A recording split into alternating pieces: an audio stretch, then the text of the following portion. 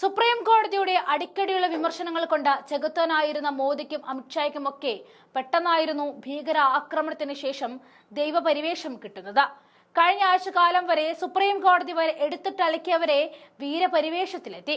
ഭീകരാക്രമണത്തിനെതിരെ രാജ്യം ഒറ്റക്കെട്ടാണ്. പക്ഷേ സഹിക്കാൻ കഴിയാത്ത ചില BJP RSS സോഷ്യൽ മീഡിയ ഹാൻഡിലുകളിലെ മോദിയെ ദൈവമാക്കി ചിത്രീകരിച്ചുകൊണ്ടുള്ള പോസ്റ്റുകളാണ്. ഒരു രാജ്യത്തെ മറ്റൊരു രാജ്യം കടന്നാക്രമിക്കുമ്പോൾ ചെയ്യേണ്ട നടപടികൾ മാത്രമേ മോദിയും ചെയ്തിട്ടുള്ളൂ. മാത്രവുമല്ല, മോദി ബീഹാർ തിരഞ്ഞെടുപ്പിനോടനുബന്ധിച്ച പഞ്ചായത്ത് രാജ് പരിപാടിയിൽ പങ്കെടുക്കുന്ന ധൃതിയിലാണ്. ഭീകരാക്രമണത്തിനപ്പുറം അവരുണ്ടാക്കിയെടുക്കുന്ന രാഷ്ട്രീയ കുടിലതയെ ചോദ്യം ചെയ്യുകയാണ് തൃണമൂൽ MP ആയ മഹുവ മൊയ്ത്ര. മറ്റേതെങ്കിലും രാജ്യമായിരുന്നെങ്കിൽ ആഭ്യന്തരമന്ത്രിക്ക് മാധ്യമങ്ങളിൽ നിന്നും ഇന്റലിജൻസ് പരാജയത്തെക്കുറിച്ചുള്ള ചോദ്യങ്ങൾ നേരിടേണ്ടി വരുമെന്നായിരുന്നു തന്റെ എക്സ് പോസ്റ്റിലൂടെ മഹുവ അമിത്ഷായെയും മാധ്യമങ്ങളെയും പരിഹസിച്ചുകൊണ്ട് ചോദിച്ചത്. മാത്രവുമല്ല, ഇവിടെ ഗോദി മീഡിയ മോദിയെ ദൈവമാക്കുന്ന തിരക്കിലാണെന്നും മഹുവ കളിയാക്കി.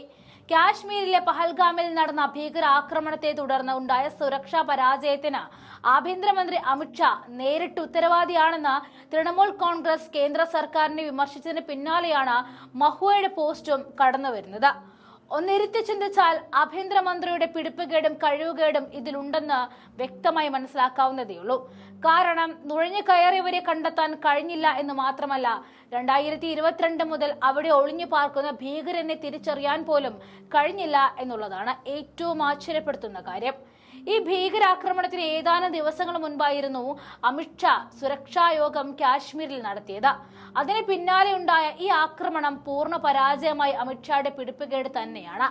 നോട്ട് അസാധുവാക്കൽ, കള്ളപ്പണവും ഭീകരവാദ ഫണ്ടിങ്ങും അവസാനിപ്പിക്കുമെന്നും ആർട്ടിക്കിൾ 370 റദ്ദാക്കുന്നത് മേഖലയിൽ ശാശ്വത സമാധാനം കൊണ്ടുവരുമെന്നും അവകാശപ്പെട്ട അതേ സർക്കാരാണിത്. എന്നിരുന്നാലും ദാരുണമായ ഈ സംഭവം ഈ വാഗ്ദാനങ്ങളുടെയും നയങ്ങളുടെയും പ്രചാരണങ്ങളുടെയും പരാജയത്തിന്റെ വ്യക്തമായ ഓർമ്മപ്പെടുത്തൽ തന്നെ. ആഭ്യന്തര മന്ത്രാലയം ശ്രദ്ധിക്കേണ്ട യഥാർത്ഥ പ്രശ്നങ്ങൾ കൈകാര്യം ചെയ്യുന്നതിനേക്കാൾ കൂടുതൽ തിരഞ്ഞെടുപ്പ് മാനേജ്മെന്റിൽ ഇടപെട്ട് കുത്തിത്തിരിപ്പുണ്ടാക്കി അധികാരം പിടിക്കുന്നതിലായിരുന്നു അമിത്ഷായുടെ ശ്രദ്ധ മുഴുവൻ. പ്രധാനമായും ഇവിടെ ഉയർന്നു വരുന്ന ഒരു ചോദ്യമുണ്ട്. മരിച്ചവരുടെ കുടുംബങ്ങളോട് ഒരു ക്ഷമാപണം പോലും അമിത്ഷാ നടത്താത്തതും തന്റെ ജോലിയിൽ പരാജയപ്പെട്ടുവെന്ന് സമ്മതിക്കാത്തതും എന്തുകൊണ്ടാണെന്നത്. ഭരണത്തിന് അധികാരത്തിന് മാത്രം ശ്രദ്ധ കൊടുക്കുന്ന ഒരു സർക്കാർ ഭരിക്കുന്ന മന്ത്രിസഭയിലെ ആഭ്യന്തരമന്ത്രി ഇത്രയൊക്കെയുള്ളൂ. പുൽവാമയ്ക്ക് തൊട്ടു പിന്നാലെ ജയ്ഷ മുഹമ്മദ് മറ്റൊരു ആക്രമണം നടത്തുവാൻ പദ്ധതിയിട്ടിരുന്നുവെന്ന ഇന്റലിജൻസ് റിപ്പോർട്ടുകളെ തുടർന്ന് സുരക്ഷാ സേന അതീവ ജാഗ്രതയിലായിരുന്നു. എന്നിട്ടും എവിടെയോ പിഴച്ചുപോയി.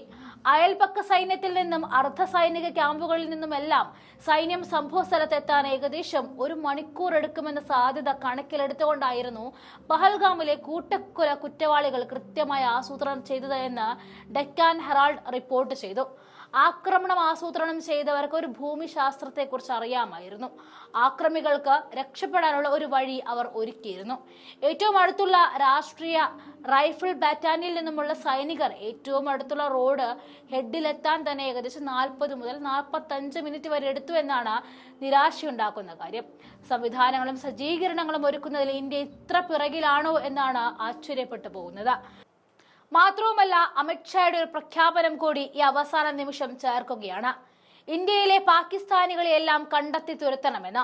പാകിസ്ഥാനികളെന്ന മുദ്രകുത്തി ഇന്ത്യൻ മുസ്ലിംകളെ തുരത്താനുള്ള ഒരു തന്ത്രം പോലെ ഈ പ്രഖ്യാപനം കൊണ്ട് തോന്നുന്നു.